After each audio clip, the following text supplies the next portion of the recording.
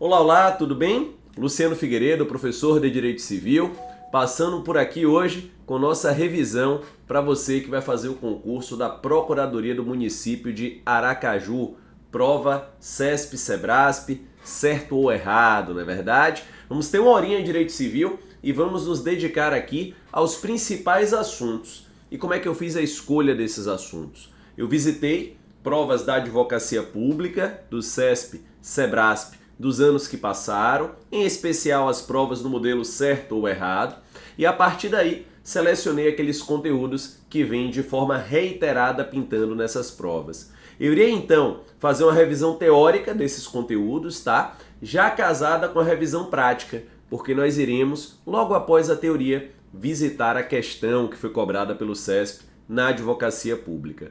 O objetivo é que você tenha aqui não só a teoria, mas também um viés prático, que você verifique como a banca vem cobrando esse assunto e você efetivamente saia preparado para a sua prova que está chegando. Então vamos lá? A cadeira é Direito Civil e a gente começa com o tema fraude contra credores. É o nosso primeiro assunto de abordagem de hoje. E olha só, para você bem compreender a fraude contra credores, você deve ter em mente uma premissa. No Brasil, a responsabilidade civil, ela é patrimonial. O que é que isso quer dizer? O que significa afirmar que no Brasil a responsabilidade civil é patrimonial? Isso significa dizer que acaso o devedor ele não cumpra com a sua obrigação, ele não realize o adimplemento obrigacional, ele vai ser atingido na sua esfera patrimonial. Os bens do devedor é que efetivamente responderão por este débito. O grande processualista Alexandre Câmara, hoje desembargador no Rio de Janeiro, sintetiza essa premissa em uma frase no seu livro de processo civil muito interessante. O Câmara nos afirma que o patrimônio do devedor é o domicílio da garantia do crédito. Lógico. É ali no patrimônio do devedor que está domiciliada a garantia do crédito. Afinal, é aquele patrimônio que o credor atingirá na situação de inadimplemento. Justo por isso que o ordenamento jurídico brasileiro ele fica bastante preocupado quando este devedor ele começa a dilapidar o seu próprio patrimônio. Afinal de contas, no final do dia, ao dilapidar o próprio patrimônio, este devedor está a dilapidar a própria garantia do crédito. E aí, é claro, o ordenamento jurídico se preocupa, o credor se preocupa. E é nesse cenário de preocupação que se coloca o Instituto da Fraude contra Credores. Mas, Luciano, você me questiona, como é que eu faço para verificar na minha prova se houve ou não a fraude contra credores? Ora, olhando para o nosso Código Civil, a doutrina nos elenca aqui 3 requisitos cumulativos para que você verifique se houve ou não a nossa fraude contra credores. O primeiro requisito é a anterioridade do crédito. Perceba você em casa que você só pode fraudar o que existe, né? Então, para eu fraudar a João, obviamente João tem que ser antes o meu credor. Se eu dilapidar o meu patrimônio e apenas após essa dilapidação doei os meus bens, por exemplo, eu contrair um débito com João, eu não vou ter fraudado o crédito de João, porque João não era o meu credor antes da dilapidação patrimonial. Então, primeiro requisito, anterioridade do crédito. Segundo requisito, eventus damini. O que é que significa eventus damini? Dano ao credor, tá? Então, o segundo requisito é eventus damini, que é o dano ao credor. E aqui você tem que ficar muito atento na hora da sua prova, porque não é qualquer dilapidação patrimonial do devedor que será capaz, que será hábil de gerar dano ao credor. Imagine você que eu, Luciano, tenho um débito, por exemplo, de 5 mil reais e o meu patrimônio é de 100 mil. Então eu tenho um débito de 5 mil, meu patrimônio é de 100 mil. E eu resolvi doar 40 mil reais. Essa doação, ela não gera fraude contra credores, porque eu tinha 100 mil, doei 40, fiquei com 60 mil e o meu débito é de 5. Não tem nenhum problema. Então perceba que o eventus damini ele vai se configurar na sua prova quando a disposição patrimonial feita pelo devedor for capaz de gerar a insolvência ou aprofundar a insolvência. Então, se o devedor fez disposição patrimonial, dilapidação patrimonial, hábil a gerar insolvência ou aprofundar insolvência, nessa situação nós teremos sim o eventus damini. O terceiro e último requisito, e recordo novamente, os requisitos são cumulativos, tá? A gente tem que fazer a soma desses requisitos. O terceiro e último requisito é o concílio fraudes. E o que é que eu entendo como concílio fraudes? É a má-fé. É a má-fé. Então tem que ter má-fé. Tem que ter má-fé entre esse devedor e esse terceiro que está adquirindo este bem. Qual é o detalhe do concílio fraudes aqui? Há situações em que o ordenamento jurídico brasileiro ele presume esta má-fé. E aí, se você vai no Código Civil, artigo 158 do Código Civil, lá está dito que na transmissão gratuita do patrimônio, bem como na remissão com duplo S, me lembra em casa o que é a remissão com duplo S? Remissão com dois S significa perdão. Então, transmissão gratuita do patrimônio e no perdão você tem presunção do concílio fraudes. Porque concorde comigo, é no mínimo estranho. Imagine você que eu lhe devo dinheiro e ao invés de vender os meus bens para fazer um caixa e lhe pagar, eu resolvi doar os meus bens. Tá estranho, né? Tá estranho. Aqui eu tenho uma presunção do concílio fraudes. Outra situação, imagine que eu lhe devo dinheiro e ao invés de cobrar os meus devedores para então lhe pagar, eu resolvo perdoar os meus devedores. Tá estranho? Aqui também se presume o concílio fraudes. Então, nos negócios gratuitos, nas remissões, a presunção do concílio fraudes. Mas você se pergunta em casa, Luciano, e se for um negócio oneroso? Olha, se for um negócio oneroso, em sendo a insolvência do devedor notória, ou ainda, se houver motivo para esta insolvência ser do conhecimento do outro contratante, também haverá presunção do concílio fraudes. Então, insolvência notória, ou se houver motivo para esta insolvência ser do conhecimento do outro contratante, também haverá aqui presunção do nosso concílio fraudes. Nas demais situações de negócios onerosos, este concílio fraudes, ele haverá de ser provado, tá? Ele haverá de ser provado. Gente, outra coisa que você deve se atentar na sua prova é que geralmente quem vai lançar mão do Instituto da Fraude contra Credores é o chamado credor quirografário. Quem é o credor quirografário, Luciano? É aquele credor comum, é aquele credor que não tem nenhum privilégio diferenciado. Porque se o credor, por exemplo, tiver uma garantia real, a exemplo de um penhor, a exemplo de uma hipoteca, o mais lógico é que ele execute a garantia real, é que ele faça a execução, a execução desse bem. Então, geralmente, quem lança a mão da fraude contra credores são os credores quirografários. Os credores com garantia real, estes costumam executar a própria garantia. Agora, há uma situação, e essa é uma pegadinha usual de prova, em que o credor com garantia real, ele vai lançar mão do Instituto da Fraude contra Credores. E quando é que isso acontece, professor? Quando a garantia se torna insuficiente.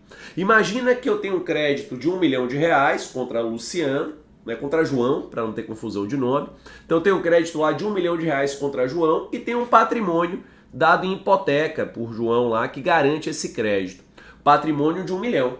Mas como o João não está fazendo os pagamentos, incidiu cláusula penal, juros moratório, correção, etc. E esse crédito que era de R$1 milhão virou agora de R$1,3 milhão.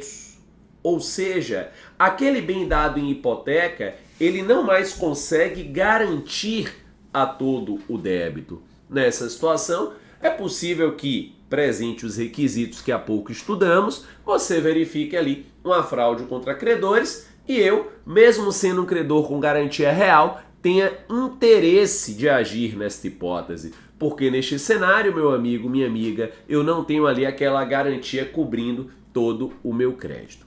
Mas imagine você que você na sua prova verifica a presença dos 3 requisitos da fraude contra credores. Você tem anterioridade do crédito, você tem eventus damini, você tem concílio fraudes. Ora, você tem uma fraude contra credores. Aí a pergunta que eu lhe faço é a seguinte: uma vez verificada a fraude contra credores, qual é o remédio jurídico que você deverá lançar mão para combater este ilícito? Se lembra em casa, você vai lançar mão da chamada ação pauliana. A ação pauliana, que também pode ser chamada como ação revocatória, tá? Mas as provas, os manuais, costumam denominá-la de pauliana. Outro dia até um colega me perguntou por que o nome é pauliana, né? Porque quem criou essa ação foi um juiz romano, Paulo, pretor Paulo, né? Porque os juízes em Roma eram chamados de pretores. E aí resolveram agraciar o Paulo pela invenção e aí virou a ação pauliana. Então você lança a mão da ação pauliana, que é uma ação revocatória. E o que é que você quer nessa ação? Você quer a anulação do ato. Artigos 158 e 171 do Código Civil. 171 e 178, melhor dizendo, do Código Civil. 178 e 171 do Código Civil. O que você deseja aqui é a anulação do ato. E você vai anular esse ato em qual prazo, Luciano? Ora, você vai anular este ato no prazo decadencial de 4 anos, é o seu prazo máximo. Então o que você vai pleitear aqui é a anulação do ato no prazo decadencial de 4 anos. Se liga em casa, gente, o remédio jurídico, repito, para combater a fraude contra credores é a nossa ação pauliana, tá? Esse é o remédio jurídico para que você combata a fraude contra credores. Você não vai poder arguir fraude contra credores em outra hipótese, né? Em outro instrumento. Por exemplo, Luciano, eu posso arguir fraude contra credores em embargos de terceiro, por exemplo? Não. A via adequada é a nossa ação pauliana. Então você deve lançar mão da ação pauliana. Mas vá lá que eu ajuizei a ação pauliana, né? Ajuizei a ação pauliana, requisitando a anulação do ato.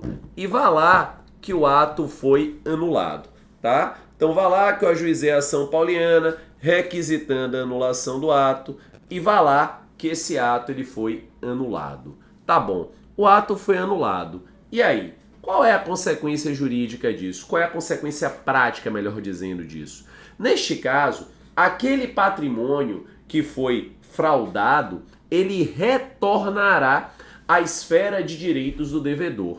E aí o credor, ou melhor dizendo, os credores, passarão a executar este patrimônio. E eles irão executar este patrimônio de acordo com a fila de preferências e privilégios creditórios. O que é que eu estou querendo lhe dizer nesse aspecto aqui? Gente, nem sempre aquele que ajuizou a ação pauliana vai colocar a mão no dinheiro. Imagina que na fila eu sou o 4º credor da fila, porque a lei estabelece as preferências e privilégios creditórios. Imagina que eu sou o 4º credor da fila. E aí o devedor fez uma transmissão gratuita de bens lá em fraude contra credores. Eu ajuizei a minha ação pauliana e aquele negócio foi anulado, ele foi invalidado. O que acontece? Aquele bem devidamente doado retornará à esfera de direitos do devedor e o primeiro credor da fila vai executá-lo. Se sobrar crédito, o segundo credor vai executá-lo e assim vai. Talvez o produto da minha ação seja, no final do dia, melhorar a minha posição na fila, mas não necessariamente eu vou botar a mão no dinheiro. É muito bom você ficar atento, porque o Código Civil, no particular, ele é neurótico. Não por outro motivo que o artigo 162 do Código Civil, ele trabalha com a ideia do credor que furou a fila, né? Imagina que um credor lá furou a fila. Ele recebeu fora da fila de preferências e privilégios. E aí, o que é que acontece? Não, ele não pode furar a fila. Ele vai ter que recompor o valor para que a ordem seja devidamente seguida. Tá. Ainda na análise da fraude contra credores, Luciano, vem cá. Será que existe no ordenamento jurídico brasileiro situações nas quais se presuma a boa-fé do devedor? Porque a gente viu ali há pouco que para ter fraude contra credores, a gente tem que fazer prova da má-fé do devedor. Mas será que há situações no Brasil em que se presuma a boa-fé desse devedor? Gente, há sim. O artigo 164 do Código Civil, nos traz hipóteses em que eu tenho lá a presunção da boa-fé. Então nós temos hipóteses em que há a presunção da boa-fé. E quais são as hipóteses, Luciano, em que eu tenho presunção de boa-fé? Você vai ter presunção de boa-fé em relação aos negócios indispensáveis à manutenção do estabelecimento mercantil, rural ou industrial, bem como em relação aos negócios necessários à subsistência do devedor e de sua família, tá? Gente, por mais que o sujeito deva dinheiro, ele tem que fazer mercado, né? Ele precisa fazer mercado. Lógico, claro. Por mais que ele deva dinheiro, se ele tem um estabelecimento comercial, ele vai ter que comprar mercadoria, ele vai ter que vender mercadoria. Perfeito. Então, esses negócios são presumidamente de boa fé. Nesses negócios, não há fraude contra credores. Beleza? Vamos verificar como é que o assunto vem sendo cobrado pelo CESP, SEBRASP aí. Vamos visitar? Olha só, eu começo com a primeira questão para vocês, que é uma questão de 2018 da PGE, CESP. À luz das disposições do direito civil pertinentes ao processo de integração das leis, negócios jurídicos, prescrição e obrigações e contratos, julguem o item a seguir. E aí a gente vai dizer se é certo ou errado. E aí vem lá. Será viável a anulação de transmissão gratuita de bens por caracterização de fraude contra credores, ainda que a conduta que se alegue fraudulenta tenha ocorrido anteriormente ao surgimento do direito do credor, A assertiva está equivocada, né? Por que ela está errada, Luciano? Porque você viu comigo há pouco, né? Há pouco nós vimos sobre isso, que um primeiro requisito para a configuração da fraude contra credores é justamente a anterioridade do crédito. Então, se não tinha anterioridade do crédito, não há de se falar aqui em fraude contra credores. Não houve fraude, né? Não tinha crédito anterior. Mais uma questão, CESP-SEBRASP 2024, essa também da Procuradoria. Vamos já para a assertiva aqui para o certo ou errado. Havendo anterioridade do crédito, comprovação do prejuízo ao credor, prescinde-se, ou seja, dispensa-se, para a configuração de fraude contra credores, do conhecimento pelo terceiro do estado de insolvência do devedor. A assertiva está equivocada, porque o concílio fraudes é o terceiro requisito necessário aí. Então, neste exemplo, tinha aí a anterioridade do crédito, nessa situação tinha aí o eventus damini, mas faltou o concílio fraudes. Daí porque a assertiva está equivocada. Beleza? Vamos seguindo então aqui na nossa revisão, no curso Revisão PGE. A gente vai agora para o segundo tópico da nossa revisão. A gente vai tratar, vem comigo na tela, olha aí na sua tela, das obrigações propter-rem. Gente, para falar de obrigação propter-rem, você há de se recordar que ela se situa na chamada zona grise, zona cinzenta ou zona de confluência entre o direito obrigacional e o direito real. Ela habita essa zona ao lado das obrigações de ônus real e das obrigações de eficácia real. E por conta disso, a gente vai recordar dessas três situações aqui comigo, tá? Então vem comigo na tela, vou começar com as nossas obrigações propter-rem. O que é uma obrigação propter-rem? Que a gente também chama de obrigação ob-rem, in-rem, ambulatorial ou mista. Então, o que é isso? Obrigação propter-rem, ob-rem, in-rem, ambulatorial ou mista. A obrigação propter-rem é aquela que adere à coisa. Adere à coisa e a acompanha aonde quer que ela vá. Então, trata-se de uma obrigação que adere à coisa, a acompanha aonde quer que ela vá. Essa obrigação decorre da propriedade. Eu tenho a obrigação porque eu sou o proprietário. Beleza.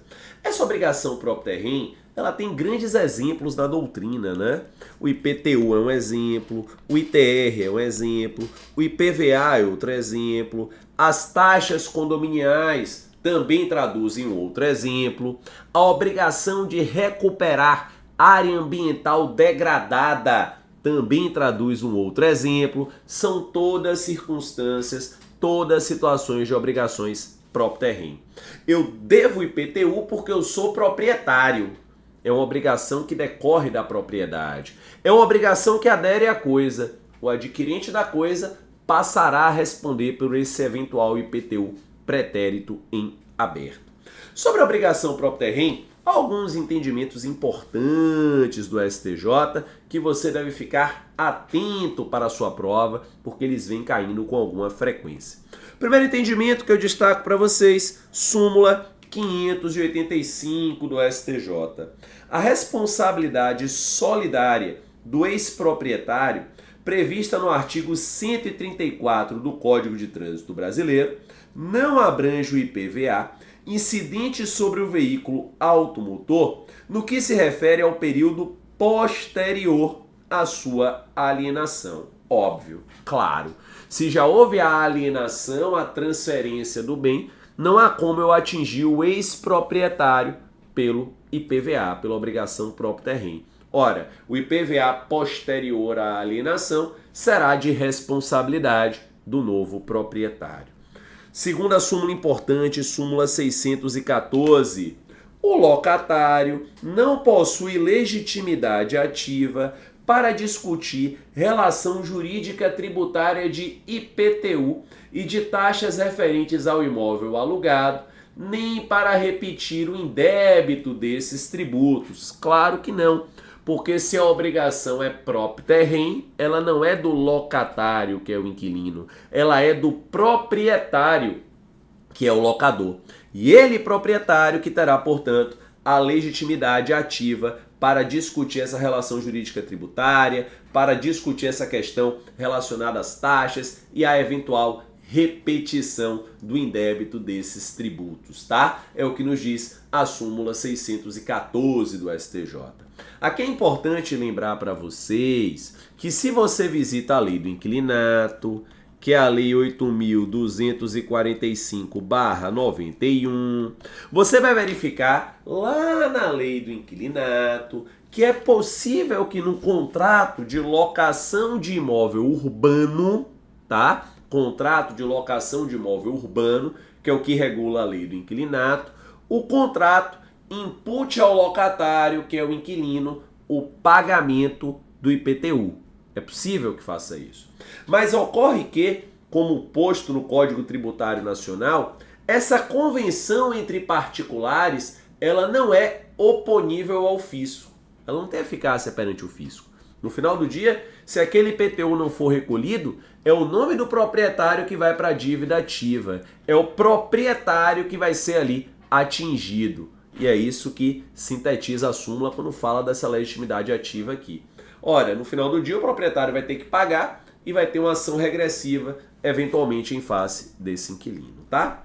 Ainda nas súmulas importantes, súmula 623, 623 do STJ, essa tem que ser entendida casada com o tema de repercussão geral 1024. Olha lá, as obrigações ambientais possuem natureza próprio terreno, sendo admissível cobrá-las do proprietário ou possuidor atual e ou anteriores à escolha do credor. Sim, se é próprio terreno, ela gera essa solidariedade entre os proprietários ou possuidores atual e ou anteriores. Mas o tema 1024 traz aí uma excludente de responsabilidade. Melhora um pouco a súmula. Olha o que me diz o tema. A obrigação de recuperar área ambiental degradada é próprio terreno, de modo que o credor poderá escolher se a exige do proprietário ou do atual possuidor, de qualquer dos anteriores ou de ambos, ficando isento de responsabilidade o alienante, cujo direito real tenha cessado antes da causação do dano, desde que para ele não tenha concorrido direto ou indiretamente. Então você poderá trazer essa excludente, dizer, olha, meu direito real cessou antes da causação do dano e eu não concorri direto ou indiretamente para ele. O detalhe é que a inversão do ônus da prova aqui, então, obviamente, o ônus da prova aqui será desse proprietário ou possuidor que argue esta excludente. Mas nessa zona gris, eu disse para vocês há pouco, além da obrigação próprio terreno, eu tenho mais duas figuras. E aí eu avanço a segunda, que é a obrigação de ônus real, que é aquela que onera o uso, o gozo do bem. Então, a obrigação de ônus real vai ser aquela que onera o uso, vai ser aquela que onera o gozo do bem. O grande exemplo são as rendas constituídas sobre imóveis. Imagine que eu lhe doe uma fazenda e coloque uma cláusula lá no contrato de doação que é levada ao registro imobiliário dizendo que 70% da safra anual deve ser destinada a Luísa. Então eu lhe doei uma fazenda e 70% da safra anual deverá lá ser destinada a Luísa. Eu coloquei essa cláusula lá. É uma obrigação de ônus real. Está onerando aquela propriedade, está onerando aquele bem. Professor, eu tenho dificuldade na hora da prova de diferenciar a obrigação próprio terreno da obrigação de ônus real. Isso é uma dificuldade que eu carrego, Luciano. Tem algum macete? Olha, tem um macetezinho interessante. A obrigação próprio terreno, diz a doutrina, ela poderá ultrapassar o valor da coisa. Então ela não se limita no valor da coisa. É possível que ela, repito, ultrapasse, progrida no que tange ao valor da coisa. Ao passo que a obrigação de ônus real, ela se limita no valor da coisa. Então no caso do IPTU, que é uma obrigação próprio terreno, você pode ter, por exemplo, o IPTU progressivo. É aquele que progride por questões constitucionais lá e ele pode eventualmente até ultrapassar o valor do bem. Aqui na obrigação de ônus real eu não tenho como ter essa progressão dessa forma. Não há como aqui, na obrigação de ônus real, eu trazer, por exemplo, lá uma oneração de destinação de 150% da safra. Não, não dá para fazer isso. Não é viável fazer isso. Beleza? Além da própria terreno, além do ônus real, eu tenho a obrigação de eficácia real. É a terceira figura dessa zona gris ou cinzenta. Obrigação de eficácia real. Vamos entender o que é uma obrigação de eficácia real. A obrigação de eficácia real é aquela que ganha uma eficácia contra todos. É aquela que ganha uma eficácia erga omnes. Veja, é consabido, quando a gente estuda direito obrigacional, quando a gente estuda contratos, que na regra geral, a obrigação, o contrato, ele terá um mero efeito inter partes, né? Essa é uma premissa importante. Então é consabido que na regra geral, o contrato, a obrigação, vai ter ali um mero efeito inter partes. Mas, excepcionalmente, é possível que essa obrigação, é possível que este contrato tenha um efeito contra todos. É possível que essa obrigação, que este contrato tenha um efeito erga omnes. E aí tem um exemplo muito bacana, lá da lei do inquilinato, que está no seu artigo de número 8, artigo 8º, que ele tem reprodução ali no Código Civil também para as demais locações, está ali por volta do 574, 576 do Código Civil. E aí você vai me ajudar aqui, me esclarecendo com esse exemplo aqui. Imagine que eu, Luciano, dou um bem em locação para João, tá?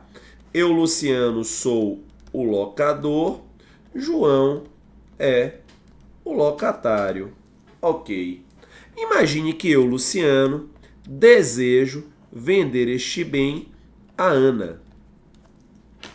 Então imagine que eu, Luciano, desejo vender este bem a Ana. Tá, tudo certo. Beleza. Geralmente quando eu dou esse exemplo em aulas presenciais, alguém já grita, olha, tem que ter direito de preferência, né? Sim, tem que ter. Você tem razão. Antes de eu vender a Ana, eu tenho que oferecer a João, que é o locatário. Oferecê-lo tanto por tanto. O que é tanto por tanto? Mesma condição de preço, mesma condição de prazo. Então, tanto por tanto, mesma condição de preço, mesma condição de prazo. Beleza. Se eu estou ofertando a Ana, por exemplo, por 300 mil em 10 vezes de 30 mil, eu tenho que ofertar a João por 300 mil em 10 vezes de 30 mil. Mesma condição de preço, mesma condição de prazo, tá? Então ofertei lá a João não quis comprar e aí Ana comprou. Ana comprou, ela passa a assumir a posição de locadora, né? Ana comprou e passa lá a assumir a posição de locadora. Ok, tudo certo, segue a vida. A dúvida que eu trago para vocês é a seguinte: quando Ana compra aí, ela terá que respeitar essa locação ou não? A dúvida é essa. Então ela tem que respeitar a locação ou não? E a resposta depende. Depende de quê? Se você visita o artigo 8º da Lei do Inquilinato e o artigo 574, 576 do Código Civil, você vai verificar que se a locação for por prazo determinado, então locação por prazo determinado, se tiver uma cláusula de vigência, ou seja, dizer que aquela locação vai viger até aquela determinada data, então locação por prazo determinado, se tem uma cláusula de vigência dizendo que vai viger até aquela determinada data, e se há ainda o registro deste contrato, aí Ana tem que observar a locação. Por quê? Porque se esse contrato foi registrado, aquela obrigação que teria apenas uma eficácia interpartes, ela passará a ter um efeito contra todos.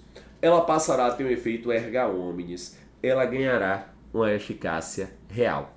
Agora veja você, acaso não tenhamos um desses requisitos aí, imagina que a locação não era por prazo determinado, não tinha cláusula de vigência, ou não houve registro, bem, nesse cenário, Ana não precisará respeitar a locação. O que é que a Ana pode fazer então? Ela vai notificar o locatário, vai fazer a notificação premonitória, dando a ele 90 dias para sair do bem. O prazo aqui é de 90 dias. Tá bom? Luciano, esse assunto cai em prova? Será que esse assunto pinta em prova? Olha, vamos ver como é que caiu aí nos últimos tempos, tá? Olha a questãozinha de 2024. Olha a questãozinha de 2024. Vamos logo aqui para a assertiva. A natureza própria terrena da obrigação ambiental não afasta a solidariedade entre os atuais e antigos proprietários e possuidores do imóvel que tenham gerado dano ambiental, certo? Perfeito. É a conjuntura ali, né? A gente estudou do tema 1024 com a súmula 623. Perfeito. Perfeito. Certinho. Bacana. Bacana. Então o tema vem pintando em prova sim. Fica atento. Tá bom? Essa confluência, esse diálogo do público e privado, né, vem pintando nas provas da Procuradoria, e por isso que a gente vem explorando aqui também nas nossas revisões, tá?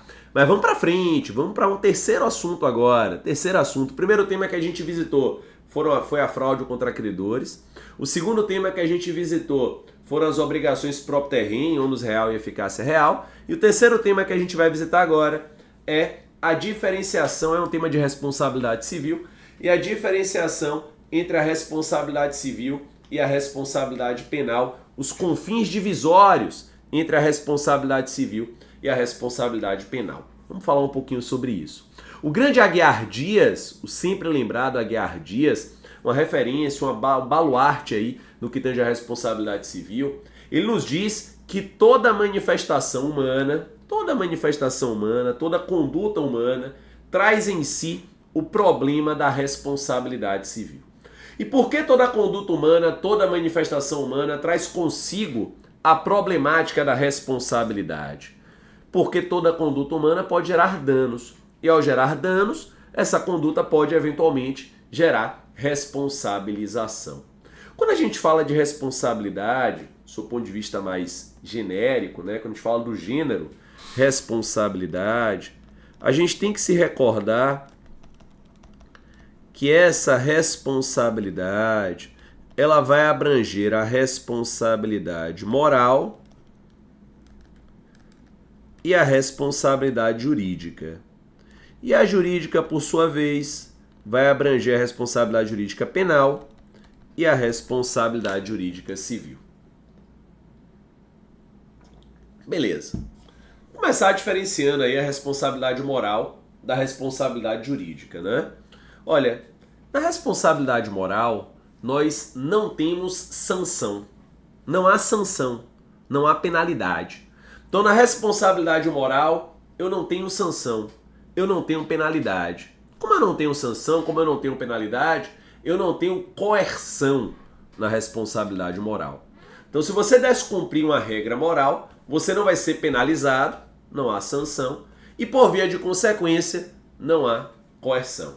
Então, se eu, por exemplo, não recolher o dízimo, eu não vou sofrer uma ação de execução por isso, uma ação de cobrança, não é verdade? E nem serei penalizado do ponto de vista de Estado de Direito por isso. Claro que, dizem os autores, você pode aqui ter um senso de autopunição, né? Eu sou um católico fervoroso, não recolhi o dízimo, não me sinto bem com isso, está na esfera da moral. Na esfera jurídica a coisa muda. Porque quando a gente fala de responsabilidade jurídica, a gente fala da existência da sanção e, obviamente, da coerção. Muita gente cumpre regra jurídica porque tem sanção. E se, obviamente, essa regra jurídica não for cumprida, vai ter penalidade. E aí a pessoa sofre de coerção. Fala, poxa, vou cumprir para não ser penalizado. Essa é a dinâmica. Muita gente não fala ao celular ao dirigir para não tomar uma multa. Não é verdade? Mas voltou para cá. Quando a gente fala dessa responsabilidade jurídica, a gente pode dividi-la aqui em dois grandes mundos. A responsabilidade jurídica penal, que alguns chamam também de responsabilidade jurídica criminal, tá? Enfim. E a responsabilidade jurídica civil. Né? São os nossos dois grandes mundos aqui de responsabilidade jurídica. A penal e a civil.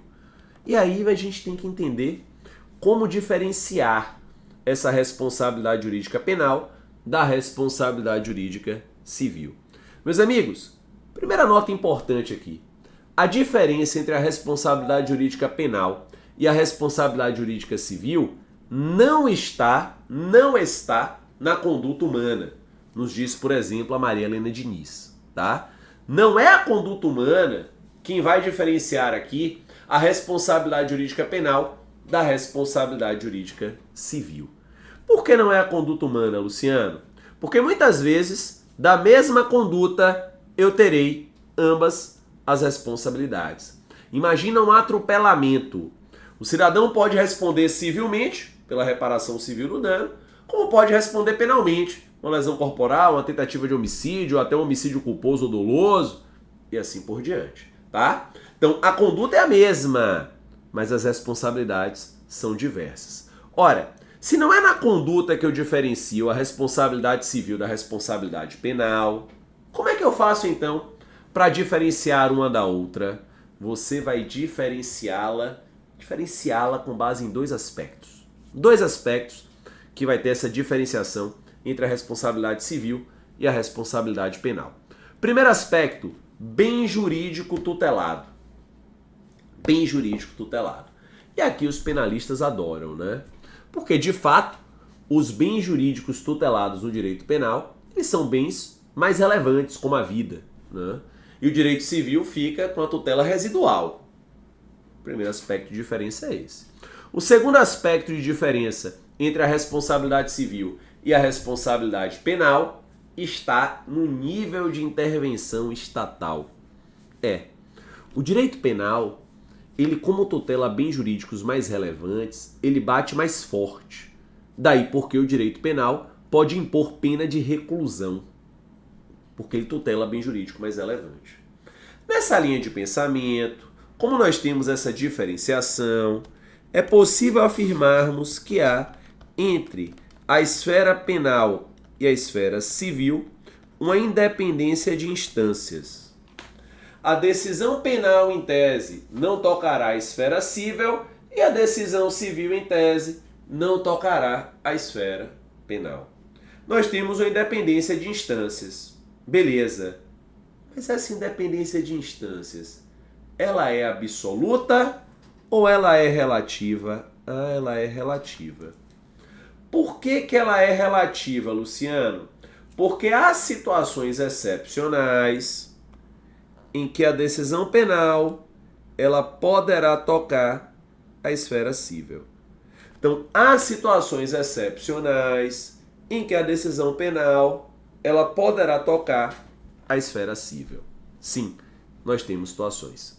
E quais são as situações excepcionais em que isso ocorre? Vamos olhar? Primeiro, artigo 935 do Código Civil. 935 do Código Civil.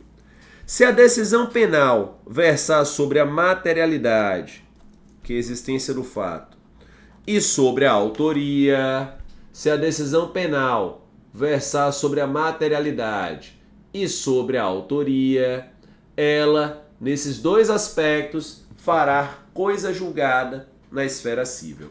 Então, se o juízo criminal disse que não teve atropelamento, ausência da materialidade, não dá para o juízo civil afirmar que houve atropelamento. Se o juízo criminal disser que João não atropelou ninguém, negativa da autoria, não dá para o juízo civil dizer que João atropelou. O inverso também é verdadeiro, né? Se o juízo criminal disser que teve atropelamento, não dá para o juízo civil informar que não teve. Se o juízo criminal disser que João atropelou, não dá para o juízo civil dizer que João não atropelou. Perfeito. Ok. A gente costuma com isso afirmar que negativa da autoria ou ausência da materialidade impedem a pretensão reparatória cível. Lógico. Se o juízo criminal nega a autoria e diz que João não foi autor do atropelamento, não há como João responder civilmente por ele. Se o juízo criminal me diz que não teve atropelamento, ausência da materialidade, não dá para João responder também por este atropelamento. Beleza.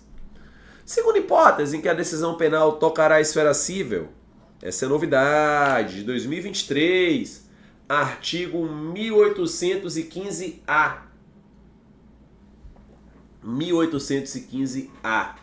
Sentença penal condenatória que reconhece uma das hipóteses de indignidade. A indignidade, recorde-se você em casa, são situações em que o direito brasileiro afasta o direito de suceder, porque o herdeiro praticou um ato indigno em relação ao decujus. O caso que sempre se recorda é o da Suzane Ristoff, que foi partícipe do homicídio doloso em face dos pais. As hipóteses estão lá no 1814 do Código Civil. Imagina que houve a decisão penal dizendo lá que alguém matou o pai. Poxa, aí eu vou ter que ajuizar uma ação de indignidade para ele ser excluído da herança? Não, desde 2023, não mais. Essa decisão penal, ela tocará a esfera cível. Como também toca a esfera cível, artigo 65 do Código de Processo Penal, o reconhecimento de excludentes. Como também tocará a esfera cível, o reconhecimento de excludentes. Se o juízo criminal reconhecer que houve excludente, estado de necessidade, legítima defesa, estrito cumprimento do dever legal, exercício regular do direito, essas excludentes, elas tocarão a esfera cível. Elas tocarão a esfera cível. Aqui é um detalhe muito importante que você deve ficar atento na prova. Gente, nem todo excludente penal é uma excludente cível.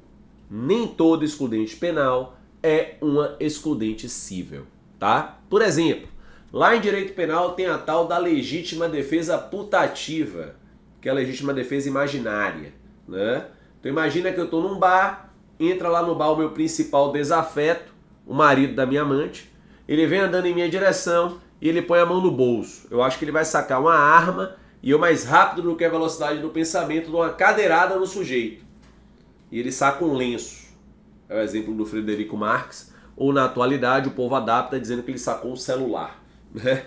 Olha, o que é que eu tive ali? Uma legítima defesa putativa.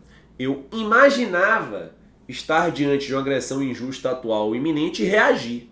Mas eu não estava. Lá no direito criminal, pode ser excludente. O juiz pode reconhecer a legítima defesa putativa. E aqui no cível? O juiz cível não pode afastar o reconhecimento da excludente feito pelo juízo criminal. Mas o juiz cível vai dizer, veja, teve legítima defesa putativa, mas ela não é excludente cível.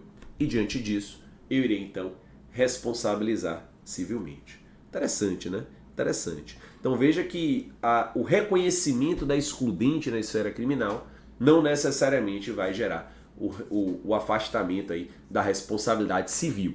Aqui na esfera civil, o juízo não vai poder afastar essa excludente e vai ter que avaliar se a hipótese é ou não de responsabilidade civil. Outro exemplo, né, quando a gente fala de estado de necessidade e legítima defesa, por exemplo, você avaliando o 188, o 929 e 930, todos do nosso Código Civil, você vai observar que mesmo no exercício do estado de necessidade, mesmo no exercício da legítima defesa, eventualmente é possível que haja responsabilidade civil daquele que atuou agindo em legítima defesa ou estado de necessidade. É aquilo que a doutrina chama de legítima defesa ou estado de necessidade agressivo. O que é isso? Que é quando você, para agir em legítima defesa ou estado de necessidade, agride direito de terceiro inocente. Neste caso, você vai ter que indenizar o terceiro inocente e depois vai ter ação em regresso contra o real causador do dano. Professor, me dá um exemplo para enxergar isso aí. Imagine você que eu venho dirigindo meu carro, cinto de segurança, carteira de motorista, velocidade permitida, tudo certo.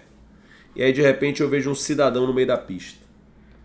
Para não atropelar ele, não dá tempo de frear, eu desvio e colido com o carro que está estacionado em local permitido.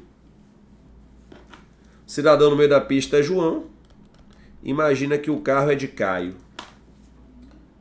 Não há dúvida aqui que eu agi em estado de necessidade, né?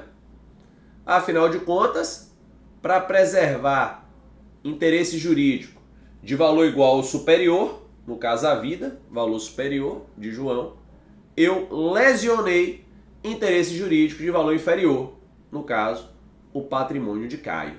Pronto. Não há dúvida aqui que eu agi em estado de necessidade. Mas, ao agir em estado de necessidade, eu acabei agredindo interesse de terceiro inocente, Caio, que estacionou em local permitido. E aí mesmo tendo uma conduta lícita, eu teria aqui que indenizar a Caio e depois teria ação em regresso contra o real causador do dano, João. Olha que interessante, né? Então perceba que é possível que haja ali o reconhecimento de estado de necessidade e ainda assim haja dever de indenizar. Agora, obviamente, que se o dono do carro fosse o próprio João, né?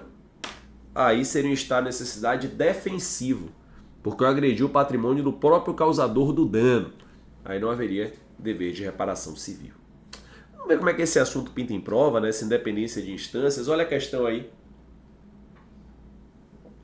Essa foi de 2022, procurador do Distrito Federal. Aqui na nossa questãozinha logo aqui, ó. Após uma discussão de trânsito, Bruno desferiu 3 tiros em Alfredo, causando-lhe o óbito. Levado à júri popular, Bruno foi condenado a 18 anos de reclusão por homicídio triplamente qualificado. Decisão essa que transitou em julgado. Alfredo era casado com Lúcia, com quem tinha 2 filhos. Nessa situação, Lúcia e seus 2 filhos poderão exigir reparação civil pelos danos materiais e morais por eles suportados, independentemente da propositura da ação de conhecimento. A assertivo está certo. Certo. Porque essa decisão penal, que reconhece a materialidade, reconhece a autoria, ela toca a esfera civil. Você vai ter aí uma ação civil ex delito, né? Ela vai tocar a esfera civil. Vamos para o nosso quarto assunto, que pelo adiantar da hora será o último, infelizmente. Já estou até com saudade de vocês. A gente vai falar agora, vem comigo na tela, de posse e detenção. Posse e detenção. Quando a gente fala sobre posse, visitando a doutrina, há 2 teorias que se notabilizam em relação à posse. Primeiro, o Savigny, que é a teoria subjetiva, que me diz que para ter posse eu tenho que ter corpus e ânimos, né? Então eu tenho que ter a apreensão da coisa e a intenção de ser possuidor. O Savigny foi extremamente importante para o direito civil, porque é graças ao Savigny que nós estudamos a posse. Ele, o Savigny, foi o primeiro a enxergar a autonomia da posse para com a propriedade. Então, se hoje há ação possessória, se hoje há livros de direito civil como o meu que dedicam um capítulo inteiro à posse, é graças ao Savigny, né? Se há toda a construção de direito relacionada à posse, é graças ao Savigny. Mas o Savigny, ele teve aqui um pequeno problema, que é a prova do ânimos. Provar o ânimos, a intenção de alguém, é extremamente difícil. E com o passar do tempo, então, o Jhering revisitou a teoria subjetiva do Savigny e criou a teoria objetiva, dizendo que para a configuração da posse basta o corpus. Teoria esta que é preponderantemente adotada pelo Código Civil. Se você vai no artigo 1196 do Código Civil, lá está dito que considera-se possuidor todo aquele que tem de fato exercício pleno ou não de algum dos poderes inerentes à propriedade. Perceba, não há ânimos aqui, só há corpus. Os poderes da propriedade, as faculdades do proprietário, são aquelas lá do 1228. Uso, gozo, fruição, reivindicação. Veja que para eu ser possuidor, eu não tenho que ter todas as faculdades do proprietário. A lei é clara. Basta que eu tenha de forma plena ou não uma ou algumas dessas propriedades, tá? Então, uso, gozo, fruição.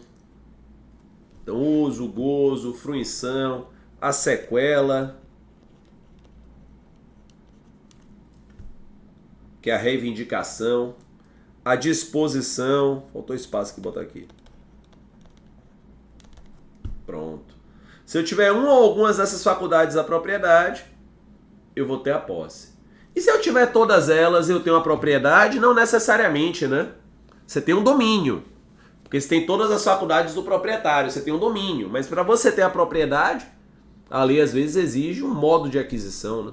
No caso do imóvel, por exemplo, você tem que ter o registro imobiliário. Então, se o possuidor tem todas as faculdades proprietárias, mas não tem o registro imobiliário, ele tem a posse e o domínio da coisa. Ele tem todas as faculdades proprietárias, encerra-se o domínio, mas ele não tem a propriedade. Dúvida relevante é a seguinte: Luciano, vem cá. Se para ser possuidor basta o corpus, como é que eu diferencio da detenção? Porque o detentor também tem esse corpus. E essa detenção, ela não é reconhecida como posse. É uma espécie de posse de segundo, uma posse degradada. Afinal de contas, esse detentor não pode usucapiar a coisa, porque ele não tem a posse. Afinal de contas, esse detentor não pode manejar a ação possessória, porque ele não tem a posse. Ele até tem o desforço incontinente. Ele pode sair na legítima defesa daquela detenção, mas ele não tem ação possessória. Então ele não pode usucapiar, porque ele não tem a posse. Ele não tem ação possessória. Tem até o desforço incontinente, a legítima defesa da posse, da detenção, mas ele não tem ação possessória. Se ele for demandado em ação possessória, ele deverá arguir legitimidade passiva, indicando ali quem é efetivamente o possuidor. Então, regime diferente. Como então identificar se é posse ou detenção? Amigos, há situações legisladas em que, por opção legislativa, se entende que a situação é de detenção. Eu trago para vocês. A primeira hipótese são servidores, fâmulos ou gestores da posse, artigo 1198. É aquele que, se achando com relação de dependência para com outro, conserva a posse em nome deste e cumprimento de ordem e instrução sua. É o exemplo do caseiro. Tem uma relação de subordinação, dependência, está conservando a posse em nome do outro, em cumprimento de suas ordens. O detalhe é que se, por exemplo, houver o término do contrato de trabalho e aquele caseiro continuar lá, quebrou essa relação de subordinação, Não há mais esse servidor famulosgestor da posse e você vai converter essa detenção em posse. Vai converter essa detenção em posse. Perfeito. Você tem ainda os atos de permissão ou tolerância. Esses não induzem a posse. Não induzem a posse. Bem como não induzem a posse os atos de violência ou clandestinidade. Tudo isso no artigo 1208. Violência você correlaciona com roubo, clandestinidade com furto, né? Porque a violência tem a ameaça, grave violência à pessoa, ao passo em que a clandestinidade tem aquela questão de destreza, né? Então se eu invado a fazenda de alguém, é uma invasão violenta. Enquanto tá aquela violência ali, não tem posse. Tem mera detenção. Quando cessar a violência, botei o sujeito para fora, invadir lá, eu passo a ter detenção ali. Passo a ter posse, perdão, daquele pedaço, porque cessou a violência. Cessou a violência é posse. Posse injusta, mas é posse. Clandestinidade. Peguei a minha cerca, coloquei 20 metros dentro do terreno do vizinho. Ele não falou nada. Eu só tenho detenção. Quando ele descobrir cessou a clandestinidade, eu passo a ter posse. Injusta, mas é posse. E eu também terei detenção nos bens públicos. Opa, olha lá o diálogo com o público. Afinal de contas, artigo 102 do Código Civil, eu não posso usucapir bem público. Independente da modalidade, eu não tenho como usucapir bem público. É justo por isso que a súmula 619 do STJ me diz que a ocupação indevida de bem público é mera detenção, inexistindo qualquer indenização por benfeitoria. Não sou possuidor, sou detentor apenas, não tem indenização por benfeitoria. Esses assuntos, posse e detenção, será que cai em prova? Vamos lá, 2024, olha lá. A ocupação indevida de imóvel de propriedade de um município configura mera detenção de natureza precária, insuscetível de retenção e indenização por acessão ou benfeitoria. Certo. Certo. É a inteligência da súmula. Súmula 619 do STJ. Certinho. Diálogo do público com o privado. Mais uma, questão de 2024. O particular que, ao ocupar a área pública, houver nela realizado benfeitoria útil, faz jus à indenização por tais benfeitorias se as tiver empreendido de boa-fé. Não, tá errado. Ele não é possuidor, ele é detentor, não tem benfeitoria. Súmula 619 do STJ. Mais uma, 2018, CESP novamente, Procuradoria. O ordenamento jurídico ora vigente admite a possibilidade da conversão da detenção em posse, a depender da modificação nas circunstâncias do fato que vincule a determinada pessoa a coisa. Certinho. É possível. Como eu há pouco narrei, é possível. Na hipótese do caseiro que é desligado e continua lá. Ele para de ser detentor e passa a ser possuidor. Posse injusta, mas ele passa a ser possuidor. Gente, passou voando. É sempre uma alegria enorme estar aqui com vocês no Revisão PGE, essa galera que eu tanto amo. Lhe desejo que você faça uma excelente prova lá em Aracaju. Espero que seja a prova da sua aprovação. Se não for, estaremos juntos nessa jornada, juntos até a sua aprovação, tá? Tem aí os meus canais de redes sociais, para quem quiser dar um confere depois, dicas diárias de direito civil, muita coisa bacana, tenho certeza que você vai gostar e vai lhe ajudar na sua prova. Vou deixar aí para você os meus contatos e já agradeço a galera da Revisão PGE. Um beijo enorme!